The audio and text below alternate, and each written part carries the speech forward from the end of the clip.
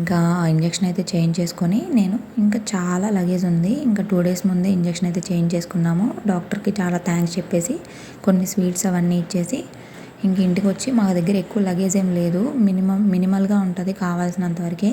ఇంకా మా కార్లోనే సరిపోతుంది ఆ లగేజ్ అంతా. ఇంకెవ్వరూ రాలేదు, అంటే వాళ్ళు వస్తానన్నా వద్దు ఇబ్బంది పడతారని మేము ఎవరిని రానివ్వలేదు.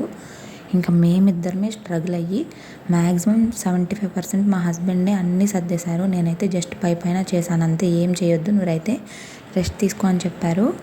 ఇంకా మా హస్బెండ్ ఏమో లగేజ్ అంతా తీసుకొని కార్లో, నాకేమో ఫర్ ద ఫస్ట్ టైం నా లైఫ్లో నేను 2 టైర్ ఏసీ ఎక్కాను ప్రెగ్నెన్సీలో. ఇంకా మా హస్బెండ్ అయితే నన్ను రైల్వే స్టేషన్లో వదిలేసి వెళ్ళిపోయారు. ఇంకా ట్రైన్ జర్నీ అంతా నేను పద్దాక వాష్రూమ్కి వెళ్ళడం, చూసుకొని రావడం. ఎందుకంటే 50-50 ఛాన్సెస్ చెప్పారు కదా. చాలా అంటే చాలా టెన్షన్తో గుండె చేతిలో పెట్టుకొని నేనైతే ఆ జర్నీ అయితే చేసి విజయవాడ అయితే వెళ్ళాను. విజయవాడలోకి ఏమైందో తెలుసా,